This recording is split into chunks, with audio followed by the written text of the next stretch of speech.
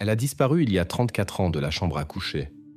La vérité a été révélée par une ancienne fosse sceptique. C'est précisément cette déclaration qui a récemment fait revivre une histoire oubliée qui s'est déroulée dans la nuit du 11 au 12 avril 1989. À cette époque, dans une paisible banlieue de Puerto Esperanza, une petite colonie dans la jungle argentine, Maria José D., âgée de 8 ans, a soudainement disparu sans laisser de traces. La dernière fois que ses parents l'ont vue, c'était le soir, quand ils l'ont mise au lit. Dès le lendemain matin, la chambre était vide.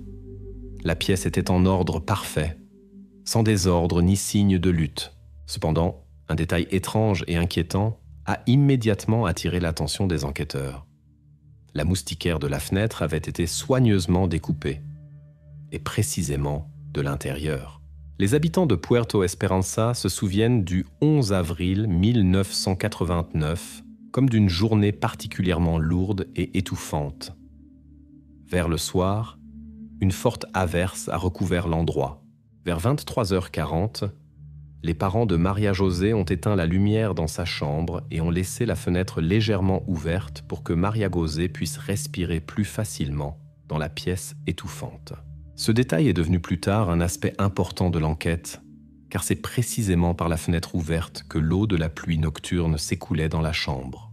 Le matin, vers 6h30, la mère de Maria José est entrée dans la chambre pour réveiller sa fille. Maria José n'était pas là.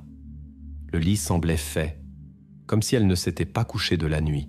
Le plus inquiétant que la femme ait vu était la moustiquaire découpée sur la fenêtre. Quelqu'un l'avait soigneusement découpée de l'intérieur avec un couteau, donnant l'impression que Maria José avait quitté la maison d'elle-même. Sur le sol sous la fenêtre, il n'y avait rien d'autre que de l'eau et de la saleté apportée par la pluie nocturne. Cela a compliqué le travail de la police dès le début, effaçant complètement d'éventuelles traces de chaussures ou d'autres preuves. La fenêtre elle-même donnait sur l'arrière-cour de la maison, où il n'y avait jamais eu d'éclairage public. Même pendant la journée, la cour semblait quelque peu négligée, couverte d'herbes hautes et de buissons. La nuit, elle devenait absolument impénétrable. N'importe qui pouvait marcher inaperçu à l'ombre des arbres et des buissons.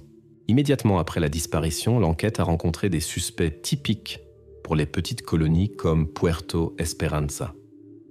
Le premier suspect était Don Matias L., un parent éloigné de la famille, un homme de 50 ans qui leur rendait visite et logeait dans une petite dépendance à côté de la maison.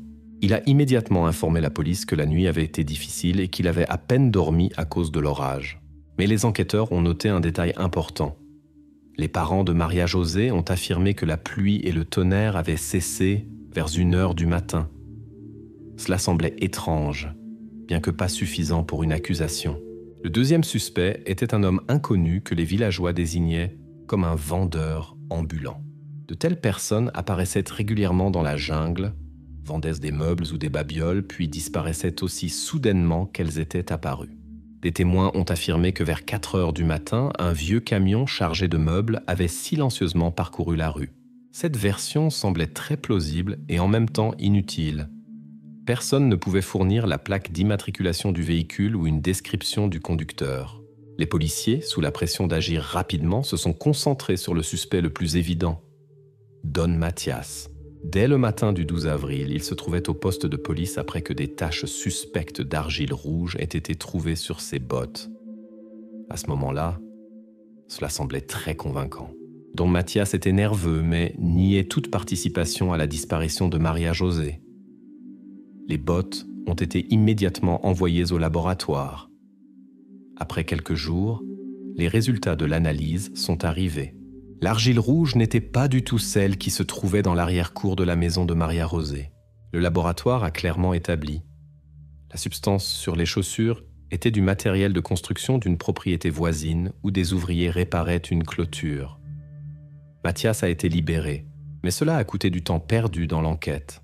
Tôt le matin du 12 avril, vers 7h15, un ambulancier est venu à la demande des parents de Maria José pour aider la mère, dont l'état de santé s'était rapidement détérioré en raison du stress. Il a remarqué quelque chose d'étrange, bien qu'il n'y ait pas accordé beaucoup d'importance au début. Sur la propriété voisine, non loin de la maison de la famille, se trouvait un vieux camion de canalisation d'eau. La plateforme du véhicule était couverte d'une bâche lourde sous laquelle on pouvait voir une sorte de rouleau. Il semblait trempé, comme s'il avait été laissé dehors pendant la pluie. Le rouleau dégageait définitivement une odeur de chaux. L'ambulancier a brièvement mentionné ce fait dans son rapport. Mais la police, surchargée par d'autres versions et suspect, a considéré cette information comme sans importance. Dans les rapports, il a été noté que le camion ne contenait que des débris de construction. Personne n'a pensé alors à vérifier à qui appartenait ce camion.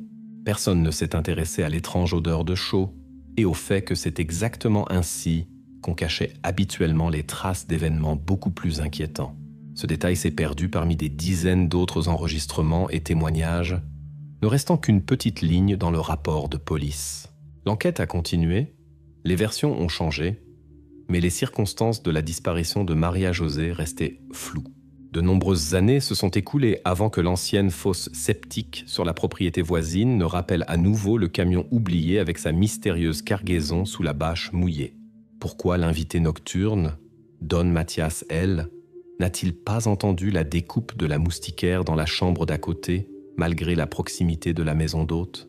Dans la suite de l'enquête sur la disparition de Maria José D., la police et le public se sont intensément concentrés sur la figure de Don Mathias L. pendant les premiers jours après l'incident. Et c'était compréhensible. Il est devenu la première et évidente personne sur laquelle les enquêteurs voulaient se concentrer. Mais bientôt, il est devenu évident que la personnalité et le comportement de cet homme étaient significativement plus complexes qu'il n'y paraissait initialement. La police a commencé à examiner de plus près la vie quotidienne et les habitudes de Don Mathias pour comprendre son lien avec les événements de la nuit du 11 au 12 avril 1989. Une grave divergence est immédiatement apparue. Il a affirmé avoir à peine dormi cette nuit-là, citant un fort orage qui l'aurait empêché de s'endormir. Mais selon les témoignages des voisins et des proches, cela semblait extrêmement douteux. Le fait est que Don Mathias souffrait depuis longtemps d'un trouble de stress post-traumatique causé par son temps dans l'armée aux îles Malouines. Tout le monde au village savait qu'il ne pouvait pratiquement pas dormir sans aide médicamenteuse. Et même avec des sédatifs, il passait généralement ses nuits en veille nerveuse et à errer dans la cour. Ce fait important a été immédiatement enregistré par les enquêteurs, mais pour une raison quelconque, ils ne lui ont pas accordé l'importance adéquate. Si Don Mathias restait normalement éveillé jusqu'à l'aube, comment pouvait-il ne pas avoir remarqué les événements dans la maison de la famille D, qui se trouvait littéralement à quelques mètres de son logement temporaire? La police a décidé de vérifier plus en détail l'alibi de l'homme. Selon les déclarations initiales, après 2 heures du matin, personne ne pouvait confirmer les allées et venues de Don Mathias jusqu'au matin. C'était un vide critique dans le temps qui a immédiatement soulevé de nombreuses questions et théories. C'est exactement pendant cette période que la mystérieuse disparition de Maria José aurait pu avoir lieu. Et c'est exactement à ce moment-là que la moustiquaire de la fenêtre a été soigneusement découpée. Mais il n'y avait pas un seul témoin qui l'aurait vue pendant ce temps. Pendant les interrogatoires, les enquêteurs ont directement demandé à Don Mathias: aurait-il pu sortir la nuit ne serait-ce que pour fumer et avoir accidentellement vu le criminel? Après tout, la maison d'hôte n'était qu'à quelques pas de la chambre de Maria José. La réponse de l'homme a surpris tout le monde par son ambiguïté. Don Mathias a répondu littéralement: « J'ai pris un sédatif que mon médecin m'a prescrit. Je ne me souviens de rien. » Cette déclaration sonnait à la fois convaincante et étrange. S'il avait effectivement pris un médicament fort, alors son sommeil aurait dû être profond et lourd, presque médicamenteux. Dans ce cas, toutes les affirmations précédentes sur l'insomnie, prétendument causée par l'orage, sont devenues non seulement douteuses, mais en fait fausses. Ce fut la première fissure sérieuse dans sa réputation. Face à ces contradictions dans les témoignages, l'opinion publique, alimentée par la presse, était prête à reconnaître Mathias comme le principal suspect. Cette version a été particulièrement promue par les journaux locaux. Les journalistes apparus à Puerto Esperanza ont immédiatement trouvé un titre accrocheur. « L'oncle vétéran est soupçonné. La police, ressentant la pression du public, a rapidement confisqué les bottes de Mathias avec des taches d'argile rouge pour une enquête, qui était déjà considérée à l'époque comme la possible preuve numéro 1. Dans les jours qui ont suivi, pendant que l'enquête était en cours, toute la vie de l'homme a été exposée. Son passé aux îles Malouines, ses traumatismes de l'armée, ses habitudes nocturnes et ses particularités sont devenus publics. De nombreux voisins qui se comportaient auparavant de manière amicale et respectueuse envers lui ont commencé à exprimer ouvertement des doutes sur sa réputation. Bien qu'indirectement, Don Mathias s'est retrouvé dans le rôle du principal suspect que les habitants avaient déjà déclaré coupable presque sans procès ni enquête. Mais exactement 72 heures plus tard, les résultats de l'analyse des bottes sont arrivés du laboratoire de Buenos Aires. Les conclusions étaient définitives et ne laissaient aucune place au doute.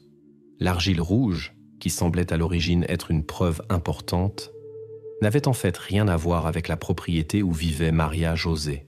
Le laboratoire a confirmé officiellement que cette substance était identique à des échantillons prélevés dans le fossé près du point de captage d'eau communal de Puerto Esperanza. C'est exactement là que Don Mathias était allé tôt le matin pour chercher de l'eau, car le système d'approvisionnement en eau du village tombait régulièrement en panne. Après avoir reçu ces résultats, l'enquête a brusquement changé de direction.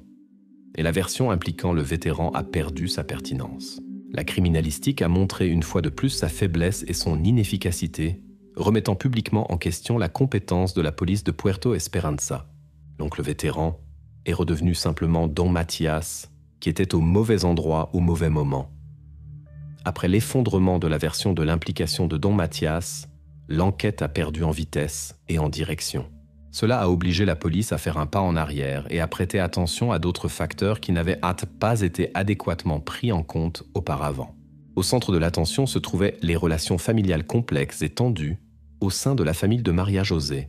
Ainsi, la figure de Don Mathias a été progressivement reléguée dans l'ombre et le mystère de son sommeil profond n'a pas été complètement résolu, ne laissant qu'un sédiment de méfiance et de doute.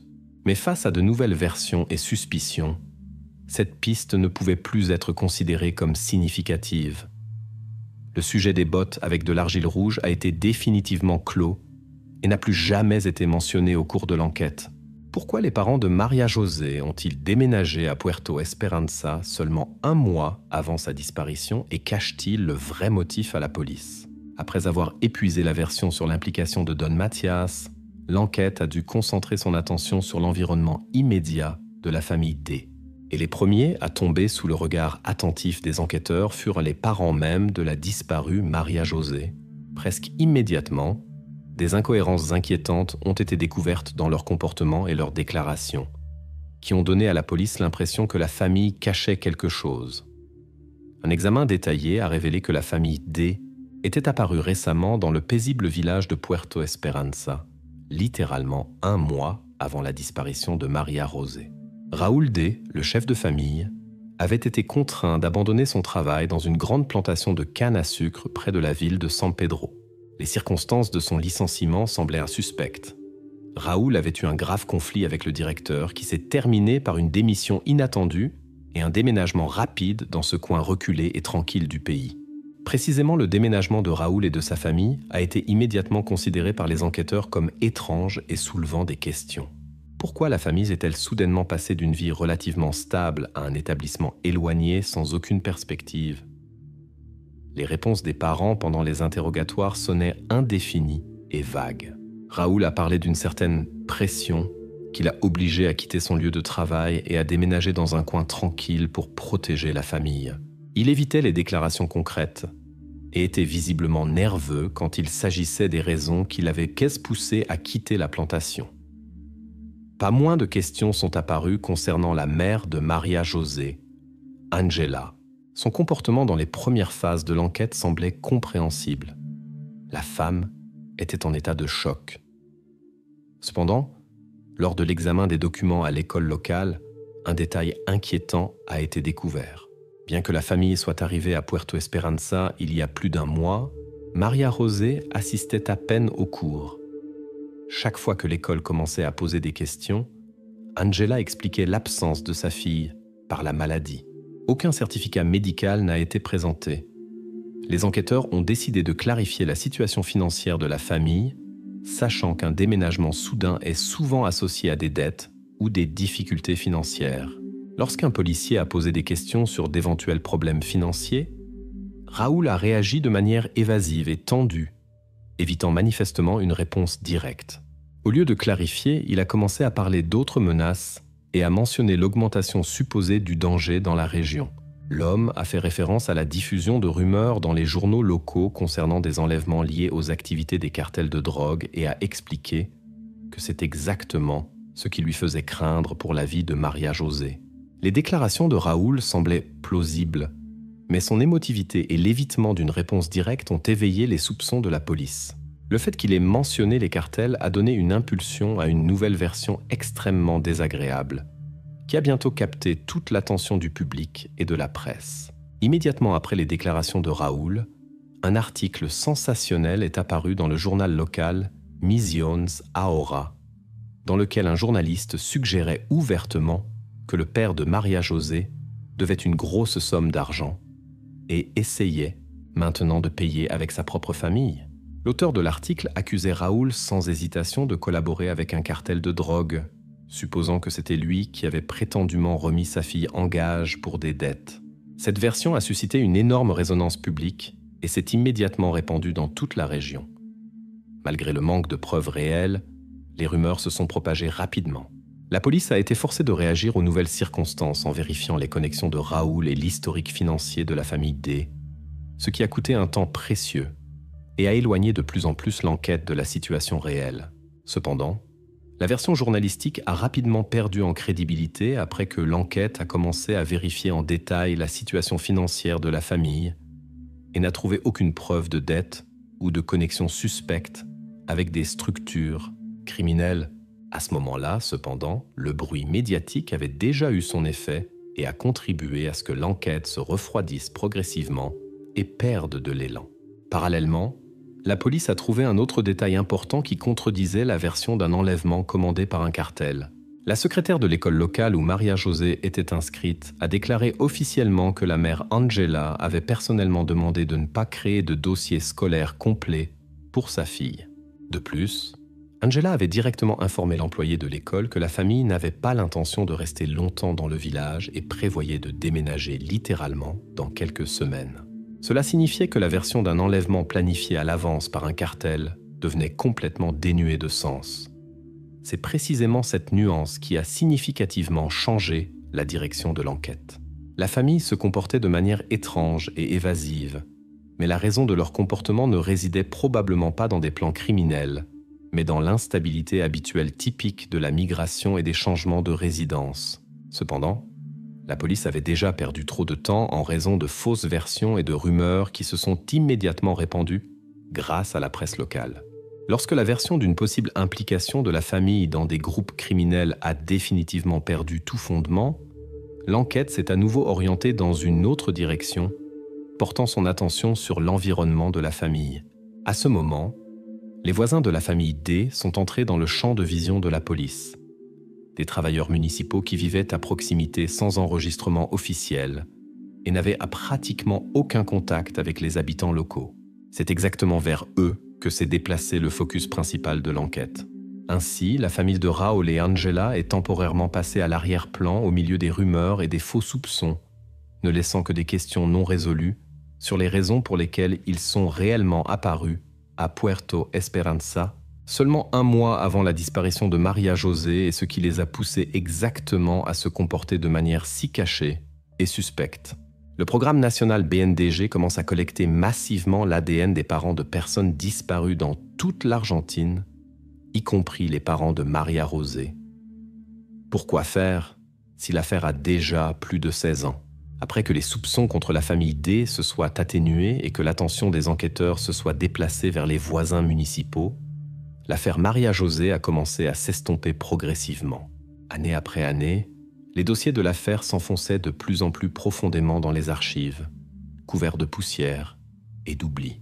Mais en 2005, la situation a changé de façon inattendue lorsque le gouvernement argentin a lancé le programme BNDG, visant à créer une base de données nationale d'échantillons génétiques pour rechercher les personnes disparues dans tout le pays. C'est précisément à ce moment que la famille D est revenue dans le champ de vision des forces de l'ordre. À l'automne 2005, 16 ans après la disparition de Maria José, les parents ont reçu une visite officielle d'un technicien du programme BNDG. L'homme a expliqué rapidement et sans mots superflus que, selon les nouvelles règles, des échantillons d'ADN doivent être prélevés sur tous les parents dont les proches ont disparu dans des circonstances non élucidées. Le père et la mère ont considéré cela comme une procédure bureaucratique ordinaire, ayant depuis longtemps perdu l'espoir de résoudre l'affaire. Les échantillons obtenus ont été immédiatement envoyés au laboratoire central de Buenos Aires, mais le dossier de la famille D a reçu la mention « faible priorité ». En 2005, personne ne croyait qu'après tant d'années, une vieille affaire pourrait être réactivée. Avec les échantillons d'ADN, un papier discret est arrivé accidentellement dans les archives du programme. Une vieille note d'un ambulancier datée du 12 avril 1989 qui avait accumulé de la poussière pendant des années dans les archives locales du poste de police de Puerto Esperanza. Elle ne faisait état que d'une bâche mouillée aperçue sur la plateforme d'un vieux camion de canalisation d'eau. Mais dans cette note, il n'y avait pas de coordonnées exactes de la propriété, juste une formulation sèche, sans aucune précision. Le technicien du BNDG a simplement joint cette note au dossier principal, presque automatiquement, sans penser aux conséquences. Personne ne se doutait à ce moment du rôle important que ce détail jouerait plus tard. Après un certain temps, l'un des archivistes du laboratoire, en triant les matériaux, a remarqué cette note et a décidé d'éclaircir son origine. Il s'est adressé au poste de police local de Puerto Esperanza avec une simple question. Serait-il possible de retracer le destin de cette bâche après 16 ans ? La réponse qu'il a reçue était décevante de clarté. Les années, les changements de propriété et la pluie constante avaient détruit presque toutes les traces documentaires. Dans les archives de la police, l'objet était marqué comme « perdu sans index ». Le camion et sa cargaison étrange avaient disparu de la documentation aussi sans trace que Maria José elle-même, jadis. L'archiviste a été contraint de faire une note sur l'impossibilité d'identifier cet objet et a renvoyé l'affaire sur les étagères inférieures des archives. Ainsi, un détail potentiellement important a de nouveau été négligé et l'enquête a perdu une autre occasion d'avancer. Malgré l'évidente absence d'espoir de retrouver la bâche, le nouveau procureur du district de Misiones a décidé qu'il était obligé de secouer l'affaire. Fin 2005, il a ordonné des fouilles au sud de la propriété de la famille D, basées sur de vagues souvenirs de quelques voisins qui avaient désigné cet endroit comme potentiellement suspect. Les fouilles ont duré plusieurs jours, mais il est vite apparu que la seule chose qui se trouvait sous terre à l'endroit indiqué était un vieux cimetière d'animaux spontanés. La décharge locale, camouflée sous terre, n'était pas ce que les forces de l'ordre cherchaient. Et à nouveau, des ressources et l'attention de l'enquête ont été gaspillées en vain, et l'espoir s'est à nouveau estompé. Pendant ce temps, le technicien du BNDG, en traitant formellement des documents, a remarqué par hasard une autre particularité dans le rapport de police de 1989. Dans l'enregistrement de l'ambulancier, on ne mentionnait pas simplement un camion, mais spécifiquement un camion de canalisation d'eau. L'archiviste a effectué une vérification dans la base de données d'immatriculation des véhicules pour cette période.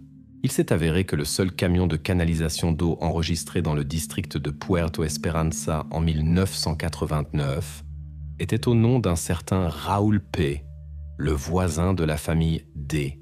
Cependant, en 1991, le camion a changé de propriétaire et l'ancien propriétaire vivait et travaillait tranquillement dans le lotissement sans aucune réclamation de la part des autorités. Bien que cette coïncidence ait été enregistrée par l'archiviste, elle n'est restée qu'une petite note dans les dossiers de l'affaire. Sans coordonnées exactes ou témoignages directs, la police ne pouvait pas demander un mandat de perquisition ou effectuer des vérifications plus approfondies. Cette formalité juridique et confusion bureaucratique ont à nouveau joué en faveur des circonstances et ont laissé la preuve clé sans développement ultérieur. Finalement, l'affaire Maria José est retombée dans une impasse bureaucratique et a été à nouveau archivée. Le technicien n'a pas pu lier officiellement le nom de Raoul P. au crime et les enquêteurs manquaient de base légale pour des mesures supplémentaires. Raoul a continué à vivre tranquillement et à travailler dans le service municipal local sans susciter de soupçons ni attirer l'attention.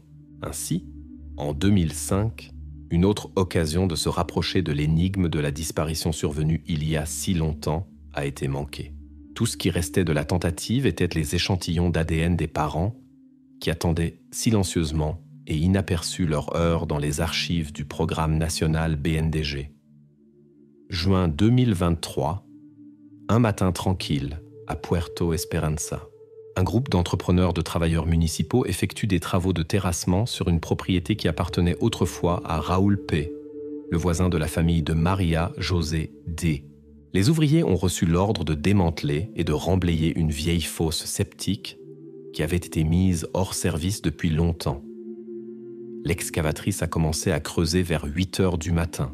À une profondeur d'environ 1,60 m, la pelle a heurté quelque chose de dur, recouvert d'une épaisse couche de terre et de débris. En y regardant de plus près, il s'est avéré que les ouvriers avaient trouvé un paquet de bâches robustes, attachées avec du fil de fer. À l'intérieur, après l'arrivée de la police et une enquête, des restes humains ont été découverts, qui ont été immédiatement envoyés à Buenos Aires pour identification médico-légale. Quelques semaines plus tard seulement, le laboratoire a confirmé que les échantillons d'ADN prélevés sur les restes correspondaient parfaitement au profil génétique obtenu en 2005 auprès des parents de Maria José dans le cadre du programme BNDG. Il n'y avait aucun doute. On avait trouvé ce que la police avait cherché sans succès pendant près de 3 décennies et demie. De plus, les criminologues ont découvert un autre détail important qui a permis à l'enquête de relier rapidement la découverte à une personne spécifique. Dans le couvercle en béton de l'ancienne fosse septique se trouvait un morceau d'attache en plastique avec les initiales décolorées RP. Une vérification des archives a montré que de telles attaches en plastique étaient distribuées aux employés du service municipal de Puerto Esperanza entre 1987 et 1990 pour marquer les matériaux de construction et techniques. Dans les listes d'employés de cette période, il n'y avait qu'une seule personne avec les initiales RP, Raoul P., le propriétaire précisément de ce terrain et de l'ancien camion de canalisation d'eau. Bientôt, les enquêteurs ont exhumé d'anciennes archives médicales et psychiatriques du district que personne n'avait examinées en détail auparavant. Il s'est avéré que Raoul était enregistré à la clinique psychiatrique locale depuis le milieu des années 80 avec un diagnostic de troubles paraphiliques. À cette époque, de tels diagnostics n'entraînaient pas une surveillance particulière et n'imposaient pas de restrictions à la personne concernant le travail ou le changement de résidence. La chronologie de la nuit du 11 au 12 avril 1989 a finalement été établie. La police a conclu que Raoul avait profité de la forte pluie nocturne qui amortissait complètement tout bruit lors de l'intrusion. La pluie torrentielle a effacé tous les indices et traces sur la propriété. Ensuite, l'auteur a utilisé l'ancien camion de canalisation d'eau pour cacher temporairement le paquet contenant les restes sous une bâche, ce que le secouriste a noté dans son rapport, mais sans préciser les lieux exacts. Peu après, il a enterré ce paquet sur sa propriété sous un anneau de béton, le cachant pour toujours aux yeux étrangers et aux enquêteurs. Après la confirmation de l'identité par ADN et la publication des données sur l'attache en plastique, le parquet du district de Misiones a rapidement construit une chaîne de preuves irréfutables. Rapport du secouriste, camion de canalisation d'eau de Raoul P. Attache marquée. La famille de Maria José a demandé l'exhumation des restes de Raoul lui-même pour confirmer définitivement sa participation. Cependant, il s'est avéré que l'homme était déjà décédé de mort naturelle en 2011. Selon les lois en vigueur en Argentine, sans accusation judiciaire formelle de son vivant, l'exhumation et les vérifications supplémentaires étaient interdites. Le procès dans l'affaire Maria José s'est déroulé à titre posthume, exclusivement sous la forme d'une accusation formelle. Le juge a décidé de déclarer Raoul P. coupable du crime, mais a dû clore immédiatement l'affaire en raison de son décès. Cette décision a définitivement mis un point final à la longue bataille juridique. Février 2024, près de 35 ans après la disparition de Maria José, une cérémonie modeste et silencieuse de sa réanimation a eu lieu à Puerto Esperanza. Seuls quelques parents et certaines personnes des autorités locales qui avaient suivi cette histoire pendant de nombreuses années étaient présents. Un journaliste du journal local a écrit un court article et l'a conclu par la phrase « L'histoire s'est terminée comme elle avait commencé, sous la pluie ». Le résultat bureaucratique officiel était aussi silencieux et dépourvu d'émotion que le travail de plusieurs années pour résoudre l'affaire. Le crime n'a pas été résolu grâce à un professionnalisme exceptionnel ou à quelqu'un doté d'une intuition géniale, mais seulement par une coïncidence fortuite de circonstances, de règles bureaucratiques et d'un nouveau besoin de construction. En 3 décennies et demie, l'affaire Maria José aurait pu être résolue plusieurs fois plus tôt, mais chaque fois, le système et la bureaucratie défaillaient au moment crucial. Aucun grand discours n'a été prononcé sur le triomphe de la justice. À la place, les parents ont été laissés avec un protocole juridique sec, plusieurs dossiers de documents d'archives et la compréhension amère que l'enquête, qui s'est étendue sur des décennies, ne pouvait pas leur rendre les années perdues. Dans l'histoire de Maria José, il n'y avait ni criminel génial, ni détective légendaire, seulement une longue chaîne de petites erreurs, d'oubli et de désordre bureaucratique. Pendant près de 2 ans, la famille de Veronica ne savait pas ce qui lui était arrivé. La fillette était recherchée dans toute la Tchéquie. Mais la vérité s'est avérée beaucoup plus proche. La terrible réponse se cachait dans l'endroit le plus ordinaire, là où des dizaines de personnes avaient regardé, mais que personne n'avait vu de près. Le 14 septembre 2020, dans un quartier résidentiel ordinaire de la ville de Brno, Veronica K., âgée de 7 ans, disparaît sans laisser de traces. La soirée était calme, presque silencieuse. La fillette se trouvait à quelques mètres seulement de sa mère, qui s'était brièvement détournée pour des tâches ménagères. Lorsque la femme a de nouveau regardé dans la cour, Veronica n'était plus là. Aucun bruit, aucune trace, pas le moindre indice de ce qui s'était passé. C'était comme si Veronica s'était simplement volatilisée, ne laissant derrière elle que le silence et l'incertitude. Les policiers sont arrivés sur les lieux une demi-heure plus tard. L'inspection de la cour a révélé la trottinette de Veronica. Elle reposait soigneusement appuyée contre la pelouse, comme si sa propriétaire s'était absentée juste 1 minute. La trottinette était en bon état, sans aucun dommage ni signe de précipitation. L'attention des enquêteurs a été immédiatement attirée par un détail étrange. Sur le parking près de la cour, des résidents avaient remarqué une voiture de service inconnue. La plaque d'immatriculation était couverte de boue et difficile à lire. Le conducteur n'était pas sorti de la voiture. Plusieurs personnes ont confirmé sa présence, mais personne n'avait prêté une attention particulière à la voiture à ce moment-là. Pendant ce temps, certains habitants de l'immeuble semblaient étonnamment indifférents. Les policiers ont rapidement noté que la plupart des voisins n'avaient rien entendu ni vu d'inhabituel. Une attention particulière a été portée à un homme d'âge moyen nommé Miloš, résidant au rez-de-chaussée. Il semblait étrangement calme, ne manifestant aucune inquiétude même après l'annonce de la disparition de Veronica. Ses réponses à la police étaient laconiques et prudentes, comme s'il évitait les détails superflus. L'attention de la police s'est immédiatement concentrée sur 2 pistes. La première était la mystérieuse voiture aux plaques d'immatriculation peu lisibles. C'était la première et la plus évidente ligne d'enquête, car un étranger dans une cour tranquille suscite toujours la suspicion. La seconde était ce même voisin, Miloš. Son calme contre nature, ses réponses évasives et son manque d'empressement à aider l'enquête semblaient étranges compte tenu des événements. L'homme assurait qu'il était resté chez lui toute la soirée et n'avait rien vu. Mais son comportement paraissait suspect aux policiers, voire trop. 24 heures après la disparition, l'enquête a trouvé un indice inattendu. En inspectant à nouveau l'immeuble, les policiers ont découvert d'étranges traces dans la cave. Les traces étaient petites, correspondant à la taille des chaussures de Véronica. À côté, sur le sol en béton, gisait l'emballage d'un bonbon, celui que Véronica choisissait toujours au magasin. Il semblait que la solution était proche.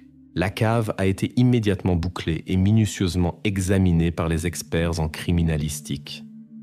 Mais les traces s'arrêtèrent brusquement et inexplicablement.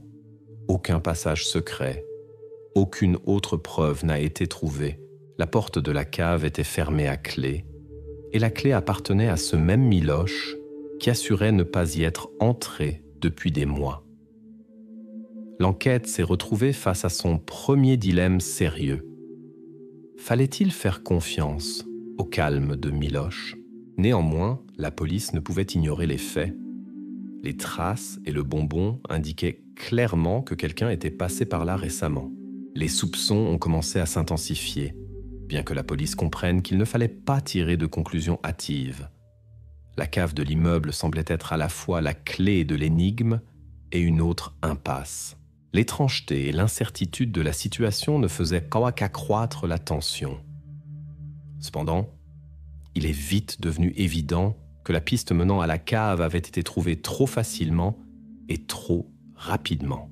La vérité, comme l'avenir le montrerait, s'est avérée beaucoup plus complexe. Toute la cour semblait pointer vers la cave. Mais et si toutes les traces trouvées par la police n'étaient qu'une coïncidence trompeuse, détournant l'attention du véritable lieu de la disparition de Véronica, la police a examiné de près la personnalité de Miloš. L'homme vivait dans cet immeuble depuis plusieurs années, mais les voisins en savaient peu sur lui. Plus l'enquête approfondissait les détails de sa vie, plus elle découvrait d'étrangetés. Il s'est avéré que Miloš avait déjà attiré l'attention des forces de l'ordre, bien que pour des raisons mineures. Néanmoins, ces faits ajoutaient certains soupçons à son portrait. Miloš avait 42 ans. Il vivait seul, recevait rarement des invités, ne parlait presque à personne. Son travail était ordinaire, banal. Il travaillait comme chargeur dans un entrepôt et faisait souvent des extras de nuit, ce que presque personne dans l'immeuble ne savait. C'était précisément son travail de nuit qui expliquait son mode de vie reclus et son emploi du temps irrégulier en public. Cependant, l'enquête a réussi à établir que le jour de la disparition de Véronica, Miloš n'était allé nulle part, du moins selon ses propres dires. Mais lorsqu'on lui a posé la question une deuxième fois, l'homme a commencé à s'embrouiller dans les détails et à devenir visiblement nerveux, ce qui a immédiatement alerté les enquêteurs.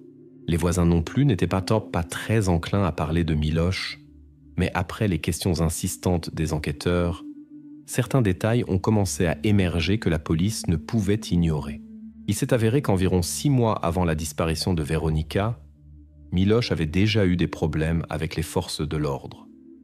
Rien de grave, un simple conflit domestique. Mais c'est ce conflit qui a révélé un trait de caractère important de l'homme. Il s'irritait facilement et avait souvent du mal à contrôler sa colère. Selon les documents officiels obtenus par la police, le conflit avait eu lieu tard le soir dans la cour de l'immeuble. Miloš se disputait bruyamment avec l'un des résidents qui avait accidentellement heurté sa voiture. L'altercation verbale s'est rapidement transformée en bousculade et a failli dégénérer en bagarre. Miloš était agressif et, comme l'avaient noté les policiers arrivés sur les lieux, avait manifestement des difficultés à garder son sang-froid. L'affaire avait été étouffée, mais l'image d'un homme colérique, agressif et imprévisible était restée dans la mémoire des voisins. L'enquête s'est approfondie lorsque la police a commencé à vérifier les déclarations de Miloš selon lesquelles il avait passé toute la soirée à la maison sans sortir. Lors des premiers interrogatoires, il affirmait avec assurance qu'il avait regardé la télévision, s'était reposé et n'avait pas quitté son appartement. Mais il a paru étrange aux policiers qu'aucun des voisins ne puisse le confirmer avec certitude. Personne n'avait entendu de bruit provenant de son appartement, ni la télévision, ni des pas. Ce silence suspect a amené l'enquête à douter de la véracité de ses paroles. La police est alors passée à une vérification plus détaillée de ses déclarations. Les enquêteurs ont de nouveau interrogé Miloš sur les moindres détails de cette soirée. L'heure, les programmes qu'il regardait, ce qu'il avait mangé. Et c'est là que l'homme a commencé à s'embrouiller. Lorsqu'on lui a dit que son téléphone et les caméras de vidéosurveillance du quartier seraient vérifiées, il est devenu visiblement agité et a demandé une pause, prétextant un malaise. Mais le plus important a été découvert après la vérification des données mobiles de Miloš. Son téléphone s'est avéré actif ce soir-là dans une toute autre partie de l'immeuble. De plus, il s'était éteint brièvement, comme si son propriétaire essayait de cacher sa localisation. Cela signifiait que Miloš avait non seulement menti à la police, mais avait aussi tenté de masquer ses déplacements réels. Après avoir obtenu ces données, la police a commencé à pencher vers la thèse selon laquelle Miloš était directement impliqué dans la disparition de Veronika. Son faux alibi semblait particulièrement suspect. Les psychologues de l'équipe d'enquête ont souligné que sa nervosité, sa confusion et sa tendance à éviter les détails indiquaient un sentiment de culpabilité ou des informations cachées. L'ensemble du tableau ne jouait pas en sa faveur. La police a décidé de renforcer la surveillance de l'homme. Pendant plusieurs jours consécutifs, il n'a pratiquement pas quitté son appartement. Lorsqu'il sortait faire des courses ou aller au travail, il était discrètement suivi par des agents. Lors des interrogatoires, on lui posait les mêmes questions, vérifiant la cohérence de ses réponses. Cependant, Miloš se trompait encore et encore, changeant de petits détails. Les soupçons à son encontre ne faisaient que s'intensifier. Peu à peu, les rumeurs selon lesquelles il pourrait être impliqué dans la disparition de Veronika se sont répandues dans l'immeuble. Les voisins ont commencé à éviter de lui parler et l'atmosphère est devenue encore plus tendue. Miloš lui-même semblait abattu, désemparé et renfermé. Mais pour la police, son état était une confirmation supplémentaire de leurs soupçons. Il semblait que l'enquête était sur la bonne voie. Cependant, quelques jours plus tard, la police a reçu des enregistrements des caméras d'un supermarché voisin qui ont radicalement changé la situation. Sur les images, on voit clairement Miloš quitter l'entrée de l'immeuble environ une demi-heure après le moment où Veronika a disparu. C'était totalement inattendu pour les enquêteurs, qui étaient jusque-là pratiquement convaincus de sa culpabilité. Soudain, le suspect s'est retrouvé presque hors de cause, et l'enquête s'est heurtée à une nouvelle contradiction. Les caméras ont soulevé de nouvelles questions au lieu d'apporter des réponses. Après que les soupçons autour du voisin Miloš ont commencé à s'estomper, la police a décidé d'examiner plus en profondeur l'entourage proche de Veronika. Il était clair que le secret de sa disparition pouvait se trouver plus près qu'il n'y paraissait au début. Et des secrets de famille, dont personne n'avait parlé à voix haute auparavant, ont commencé à faire surface. La maison où vivait Veronika semblait tout à fait respectable. Les parents, Tomáš et Karolina, formaient en apparence une famille ordinaire. Mais comme il s'est avéré, ce n'était qu'une impression extérieure. Les voisins ont mentionné qu'ils avaient trop souvent remarqué des tensions entre Karolina et sa mère, la grand-mère de Veronika, quelques mois auparavant.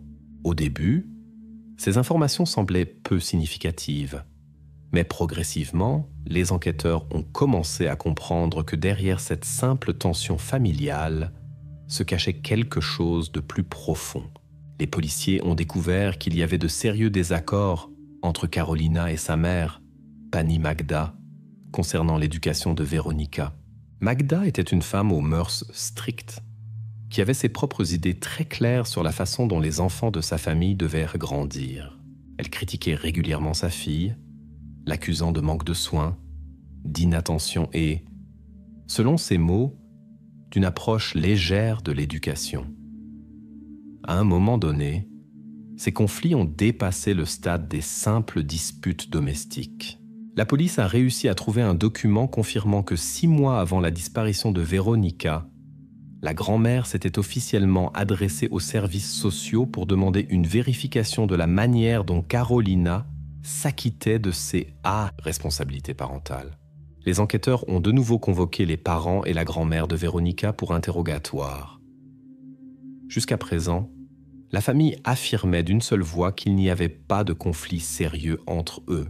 Mais maintenant que la police était au courant de la demande aux services sociaux, les témoignages des proches ont commencé à changer. Carolina était visiblement nerveuse et a admis que ses relations avec sa mère étaient effectivement compliquées. Elle a raconté qu'au cours des derniers mois, Pani Magda l'avait menacée à plusieurs reprises de lui faire retirer la garde de l'enfant. Mais Carolina était convaincue que ce n'était que des mots prononcés sous le coup de l'émotion. Pani Magda, au contraire, lors du second interrogatoire, a nié la gravité du conflit et a déclaré que sa démarche auprès des services sociaux n'était qu'une tentative d'effrayer sa fille et de la pousser à prendre ses responsabilités plus au sérieux. En même temps, elle s'efforçait de convaincre la police qu'elle aimait beaucoup Véronica et n'avait jamais voulu lui faire de mal. Cependant, les paroles de la grand-mère ne pouvaient plus convaincre les enquêteurs de sa sincérité absolue.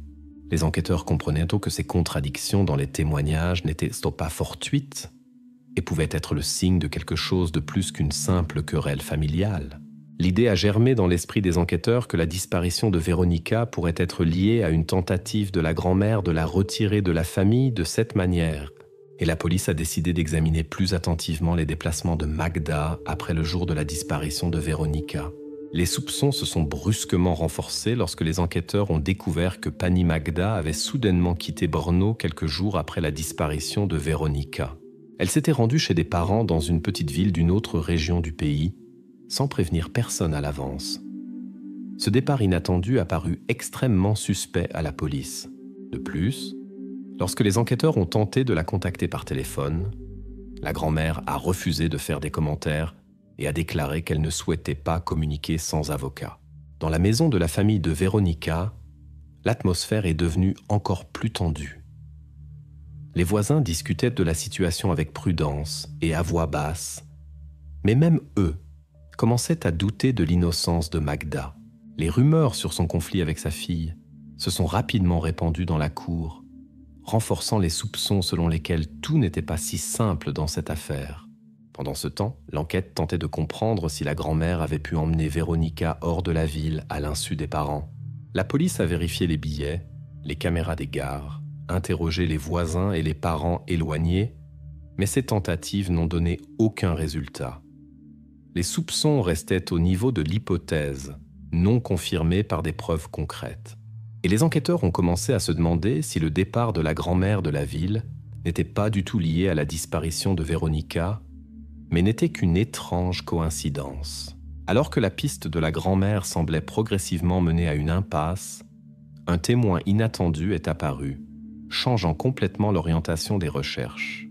Un jeune homme résidant dans le quartier voisin a informé la police qu'il avait vu Véronica avec certitude après le moment officiel de sa disparition. Selon lui, elle n'était pas seule, mais avec un homme inconnu, et il se dirigeait vers un arrêt de transport public.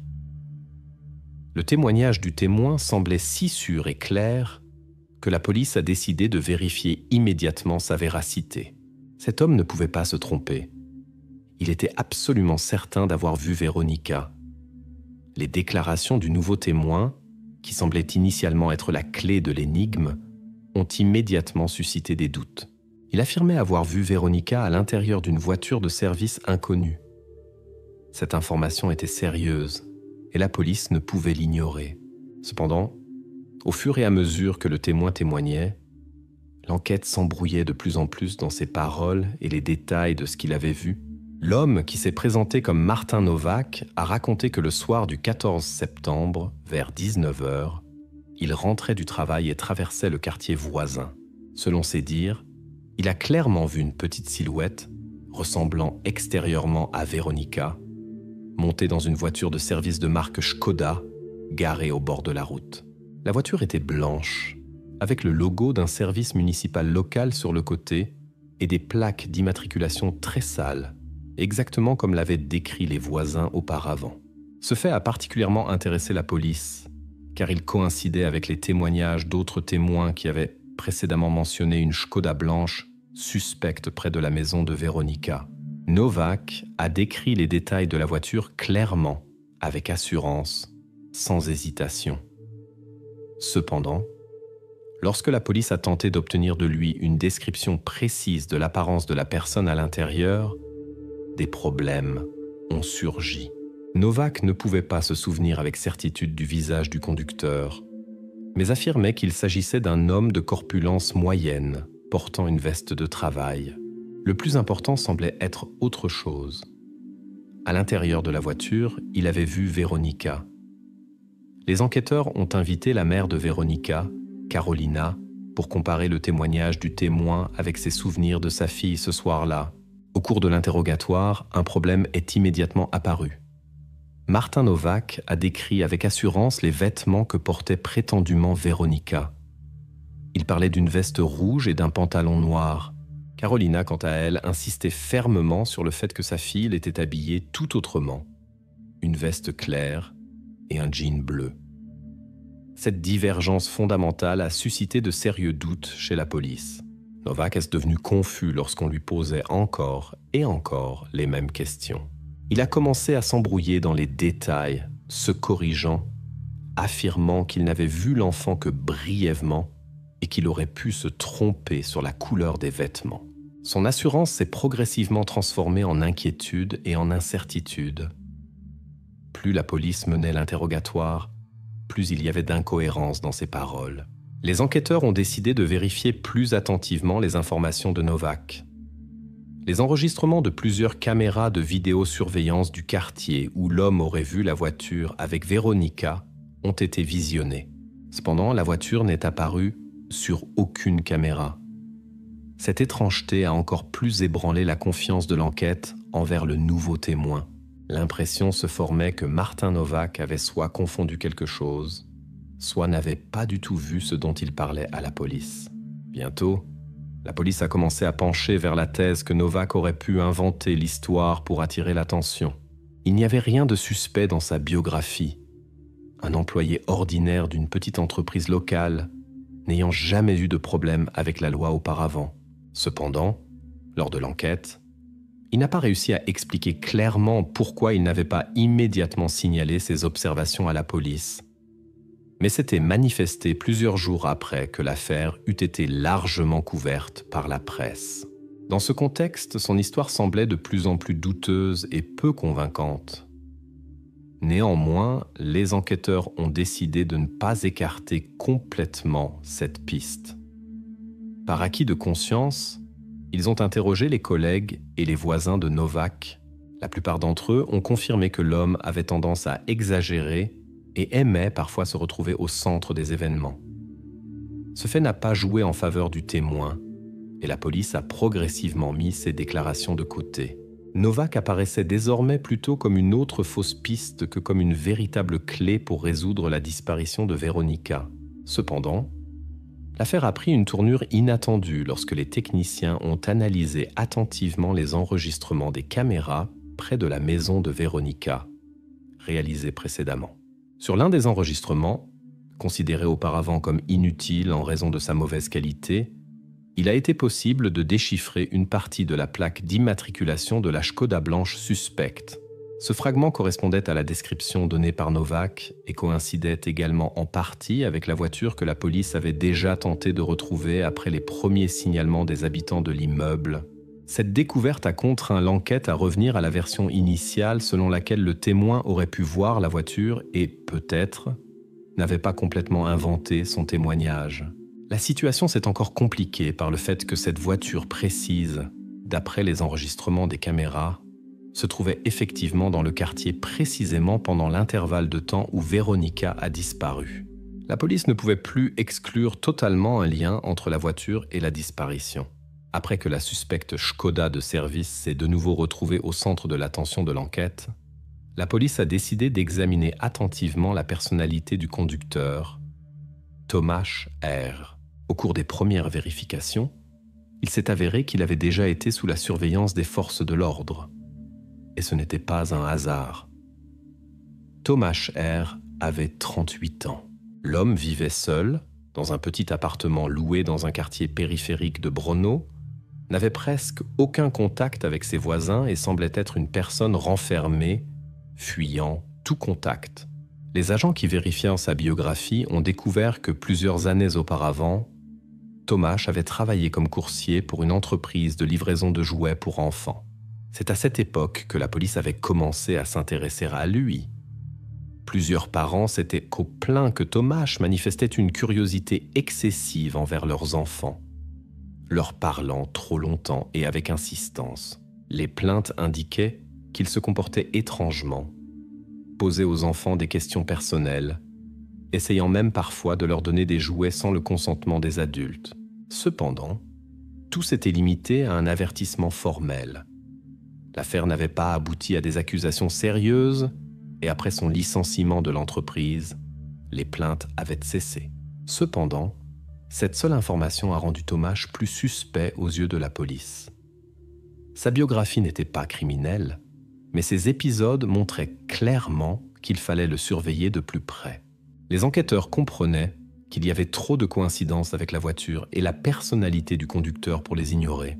Les policiers se sont rendus sur le lieu de travail de Tomáš pour parler à ses collègues actuels et tenter d'en savoir plus sur lui. C'est là que l'enquête a obtenu des détails importants. Les employés du service municipal où Tomáš travaillait désormais l'ont décrit comme une personne très calme, renfermée et peu sociable. Il ne communiquait pratiquement pas avec ses collègues, évitait les événements et les déjeuners communs, se comportait de manière ostensiblement prudente. Cependant, lorsque les policiers ont commencé à poser des questions plus détaillées, il s'est avéré que certains employés avaient tout de même remarqué des étrangetés chez lui. Tomáš pouvait rester assis des heures dans sa voiture, regardant fixement devant lui sans bouger, ou partir soudainement plus tôt avant la fin de son service, sans prévenir personne. Aux questions sur son itinéraire le jour de la disparition de Veronika, ses collègues répondaient de manière évasive. Certains affirmaient l'avoir vu dans le bâtiment du service au bon moment. D'autres ne pouvaient pas se souvenir exactement où il se trouvait. Néanmoins, après une conversation préliminaire avec ses collègues, l'enquête a commencé à penser que Tomáš avait une explication tout à fait logique à ses actions et n'était probablement pas directement impliqué dans l'affaire. La police a décidé de parler personnellement à Tomáš et de vérifier ses déclarations.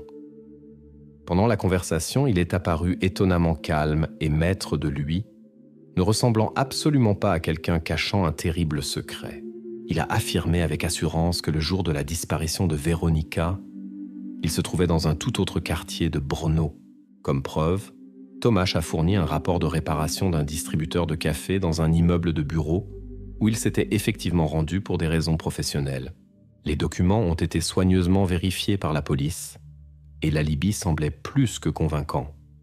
L'heure de sa présence au bureau était enregistrée dans les documents du service d'assistance technique. Les employés du bureau ont confirmé sa présence. Et le distributeur lui-même, selon le journal des travaux, avait effectivement été entretenu à ce moment-là. À ce moment, l'enquête a de nouveau commencé à pencher vers l'idée qu'une autre piste s'était avérée fausse. Tomáš semblait juste être une personne étrange, sans plus. Et bien que les plaintes passées concernant son comportement près des écoles suscitent la prudence, il semblait que la police n'avait désormais aucune raison réelle de le lier à la disparition de Veronika. Tomáš a été temporairement retiré de la liste des principaux suspects et il a été décidé de se concentrer sur d'autres pistes. Cependant, quelques jours plus tard, lorsque l'équipe technique de la police a examiné attentivement les données GPS de la voiture de Tomáš, une étrangeté inexplicable a été découverte. Son itinéraire numérique pour ce jour précis où Veronika avait disparu divergeait soudainement des enregistrements officiels et des témoignages des témoins du bureau. Selon le GPS, la voiture de Tomáš avait disparu des radars pendant près d'une demi-heure et se trouvait dans un tout autre quartier de la ville. Ce détail étrange et inexplicable a obligé la police à revoir l'homme sous un jour complètement différent. L'alibi apparemment parfait est soudainement devenu moins solide. L'enquête ne pouvait ignorer une telle incohérence technique, d'autant plus qu'elle coïncidait temporellement avec la disparition de Veronika. Les enquêteurs comprenaient désormais qu'il fallait vérifier à nouveau toutes les données sur les déplacements de Tomáš. Pendant que la police examinait à nouveau de près le mystérieux trou dans l'itinéraire de Tomáš, de nouveaux détails troublants ont commencé à émerger de l'entourage proche de Veronika. De manière inattendue pour tous, l'enquête a reçu des informations importantes de l'institutrice de la fillette. Les souvenirs de l'enseignante ont jeté un nouvel éclairage sur les derniers jours précédant la disparition. L'institutrice de Veronika, Martina Svobodová, a raconté que quelques jours avant la disparition de Veronika, la fillette avait commencé à se comporter de manière nettement différente. Habituellement sociable et joyeuse, Veronika était soudainement devenue renfermée, anxieuse et ne participait presque plus au jeu avec les autres. Lorsque l'enseignante a demandé à la fillette si quelque chose de grave s'était passé, Veronika a répondu brièvement et avec hésitation, disant seulement que un homme avec des bonbons était apparu dans la cour. L'institutrice n'y a d'abord pas prêté beaucoup d'attention, pensant que la fillette racontait simplement l'histoire de quelqu'un d'autre ou avait eu peur d'un inconnu. Cependant, les paroles de l'enseignante ont été confirmées par un autre fait. L'une des amies de Veronika, Katerina, âgée de 8 ans, s'est souvenue que peu de temps avant sa disparition, Veronika lui avait elle-même parlé d'un étrange inconnu. Cet homme, selon ses dires, l'avait approché plusieurs fois dans la cour et lui avait offert des jouets et des sucreries. Katerina a mentionné que Veronika ne cachait pas sa peur et lui avait même dit qu'elle avait essayé d'en parler à sa mère. La fillette a avoué à son amie que sa mère n'avait pas cru ses paroles, pensant que Veronika avait tout inventé ou avait simplement eu peur d'un des voisins. Pour la mère, les paroles de l'enfant semblaient n'être qu'une fantaisie enfantine, ce qu'elle regrettait amèrement maintenant en le racontant à la police. Après cette information, les enquêteurs ont de nouveau parlé en détail avec la mère de Veronika, Karolina. Elle était extrêmement inquiète et désemparée, réalisant maintenant à quel point le récit de sa fille aurait pu être sérieux. Pendant l'interrogatoire, Karolina s'est soudainement souvenue d'un autre épisode important. Environ une semaine avant la disparition de Veronika, elle avait effectivement remarqué une voiture inconnue dans la cour de l'immeuble. Karolina l'a décrite comme une voiture de service ordinaire, blanche avec des plaques sales, et n'y avait donc accordé aucune importance particulière. La voiture n'était pas restée longtemps et, lui semblait-il, le conducteur effectuait des réparations ou l'entretien de quelque chose dans la cour. À ce moment-là, cela semblait tout à fait normal et n'avait suscité aucune suspicion. L'enquête a immédiatement comparé ses souvenirs avec les informations déjà disponibles. Le tableau était devenu plus clair, bien que plus inquiétant. Il était maintenant évident que la voiture suspecte n'était pas apparue seulement le jour de la disparition de Veronika, mais aussi avant.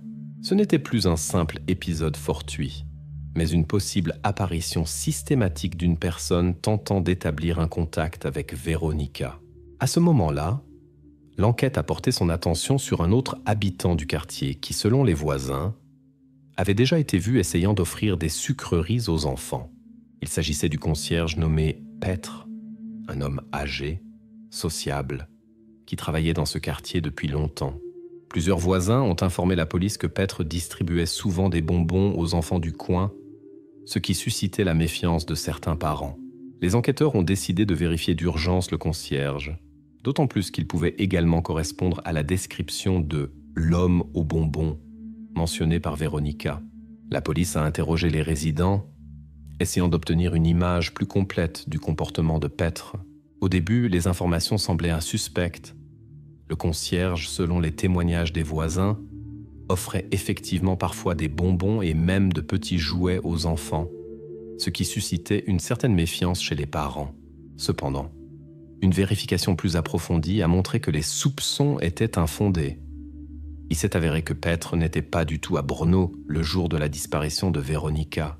Il était parti chez des parents 2 jours avant l'incident, ce qui a été confirmé par les enregistrements des caméras de la gare et par les proches du concierge qui l'avait accueilli. Les preuves étaient irréfutables et l'enquête s'est rapidement convaincue de son innocence. La fausse piste qui était apparue autour de Petr a disparu aussi vite qu'elle était née. Les enquêteurs se sont retrouvés à nouveau au point de départ. Ils avaient plusieurs témoins et une multitude de petits détails, Mais il manquait toujours l'élément décisif capable d'expliquer ce qui était exactement arrivé à Véronica ce soir-là. Maintenant, après avoir écarté la piste du concierge, la police a de nouveau concentré son attention sur la voiture. Il est devenu clair que la mystérieuse voiture de service, la Škoda blanche, remarquée par plusieurs témoins, n'était pas une coïncidence. Il était possible qu'elle soit liée à cet homme que Véronica appelait « l'homme aux bonbons ». La police a décidé de vérifier à nouveau tous les détails techniques et les itinéraires de la voiture à laquelle le conducteur Tomáš R. avait déjà été associé. Les enquêteurs sont revenus à l'étude de l'itinéraire de la voiture de service conduite par Tomáš R. Lors de la vérification des enregistrements des caméras de surveillance, considérées auparavant comme inutiles, une nouvelle preuve extrêmement importante a été découverte. Sur l'un des enregistrements, réalisé à la sortie du quartier 20 minutes après la disparition de Véronica, est apparue cette même Škoda blanche, précédemment remarquée par les témoins. L'enregistrement était de mauvaise qualité. L'image était floue et les plaques d'immatriculation étaient totalement illisibles à cause de la saleté et du faible éclairage. Cependant, les spécialistes ont réussi à identifier un détail unique du véhicule, indiquant sans équivoque son appartenance à l'entreprise où travaillait Tomáš. Sur la portière latérale de la voiture, on distinguait clairement l'autocollant de l'entreprise avec le logo du service municipal pour lequel il travaillait. C'était un argument de poids en faveur du fait que la voiture était bien une voiture de service et que c'était précisément cette voiture qui quittait le quartier après la disparition de Véronica. À ce moment-là, c'était la preuve la plus solide reliant Tomáš au lieu de la disparition de Véronica. Bien qu'il ait précédemment fourni un alibi convaincant, l'enquête avait une nouvelle raison de douter à nouveau de ses déclarations. Les policiers se sont immédiatement rendus à une réunion avec la direction de l'entreprise pour obtenir une explication sur la présence de leur voiture dans le quartier où Tomáš n'avait officiellement aucune mission. Le directeur de l'entreprise a clairement déclaré que, selon les documents et l'horaire de travail, Tomáš n'aurait pas dû se rendre dans ce quartier le jour de la disparition de Véronica. De plus, selon lui, la voiture n'aurait pas dû se trouver dans ce quartier à cette heure de la journée. Lorsque les enquêteurs ont de nouveau convoqué Tomáš pour interrogatoire, il semblait inquiet, mais expliquait toujours calmement la situation. Il insistait fermement sur le fait qu'un problème d'horaire s'était produit ce jour-là, ce qui l'avait amené dans ce quartier par pur hasard. Selon ses dires, il y était entré par erreur et, réalisant son erreur, avait rapidement quitté les lieux sans avoir eu le temps de faire quoi que ce soit. La police lui a demandé d'expliquer pourquoi il n'avait pas mentionné ce problème auparavant, ce à quoi il a répondu qu'il avait simplement oublié cet épisode, le considérant sans importance. Néanmoins, ces paroles ont suscité de sérieux doutes chez les enquêteurs. L'hypothèse a émergé que Tomáš pouvait délibérément cacher des informations ou tenter d'induire la police en erreur, en utilisant des détails mineurs pour dissimuler quelque chose de plus important. Les enquêteurs ont supposé que Tomáš n'avait peut-être pas agi seul. L'hypothèse d'un éventuel complice, qui aurait pu l'aider à brouiller les pistes ou à lui fournir une couverture, est apparue. La police a de nouveau vérifié tous les enregistrements des caméras de surveillance à la recherche d'une éventuelle deuxième voiture accompagnant la Škoda de service. Des dizaines d'enregistrements vidéo des rues, magasins et stations-service voisins ont été étudiés pour confirmer ou infirmer cette hypothèse. Mais, contrairement aux attentes de l'enquête, la deuxième voiture n'a jamais été retrouvée. Au cours des interrogatoires et des vérifications, aucun témoin n'a pu confirmer la présence d'une autre voiture ou d'un complice. Progressivement, la police a dû admettre que cette piste était erronée. Il était plus probable que Tomáš ait effectivement agi seul et qu'il n'était pas question d'une opération conjointe avec qui que ce soit. Après que la piste de la deuxième voiture eut été définitivement écartée, l'attention de la police s'est de nouveau portée sur les enregistrements des traceurs GPS de la voiture de Tomáš. Ces données ont confirmé qu'immédiatement après que la Škoda eut quitté le quartier, la connexion avec la voiture avait été soudainement interrompue pendant environ 15 minutes. L'endroit où la voiture était réapparue sur les radars se trouvait déjà bien au-delà de l'itinéraire initial de Tomáš. L'enquête ne comprenait pas pourquoi l'itinéraire avait été interrompu, ni pourquoi le conducteur s'était retrouvé dans un tout autre quartier de Brno sans raison apparente pour un changement de direction aussi brusque. Ce nouveau détail inexplicable a encore renforcé les doutes de la police quant à la véracité des déclarations de Tomáš, malgré ses tentatives manifestement sincères de justifier sa présence dans le quartier comme une erreur fortuite. L'enquête s'est de nouveau concentrée sur la personnalité de Tomáš.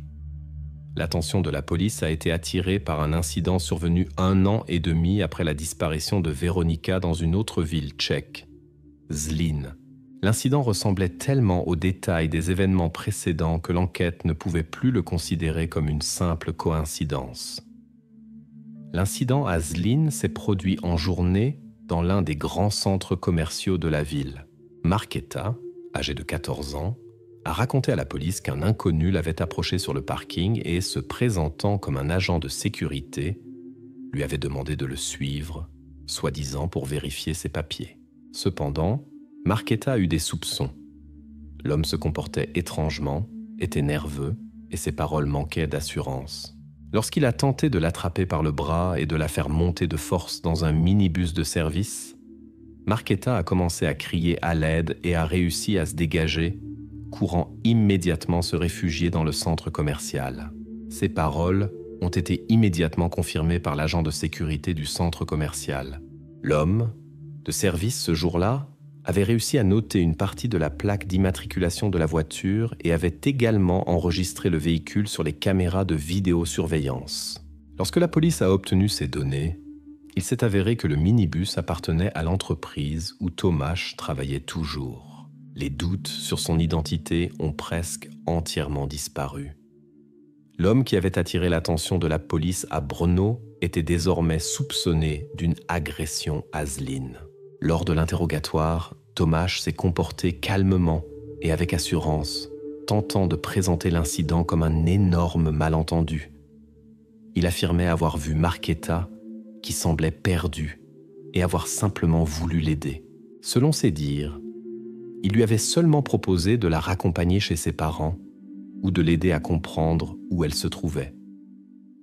Il assurait à la police que la jeune fille avait paniqué sans aucune raison et avait mal interprété ses intentions. Cependant, sa version a rapidement commencé à s'effriter après une conversation détaillée des enquêteurs avec les témoins oculaires et le visionnage des caméras de vidéosurveillance. Les enregistrements confirmaient clairement les paroles de la jeune fille et de l'agent de sécurité. Tomáš n'avait pas seulement parlé à Markéta, mais avait effectivement tenté de la faire entrer de force dans le minibus de service. Lorsqu'on lui a fait remarquer ces contradictions dans ses déclarations, Tomáš est devenu confus, mais n'a pas renoncé à sa version, continuant d'insister sur le fait qu'il s'agissait simplement d'une tentative d'aider une jeune fille désemparée. Tentant de se défendre, Tomáš a commencé à rejeter la faute sur Markéta, affirmant qu'elle exagérait fortement l'incident à cause de la peur.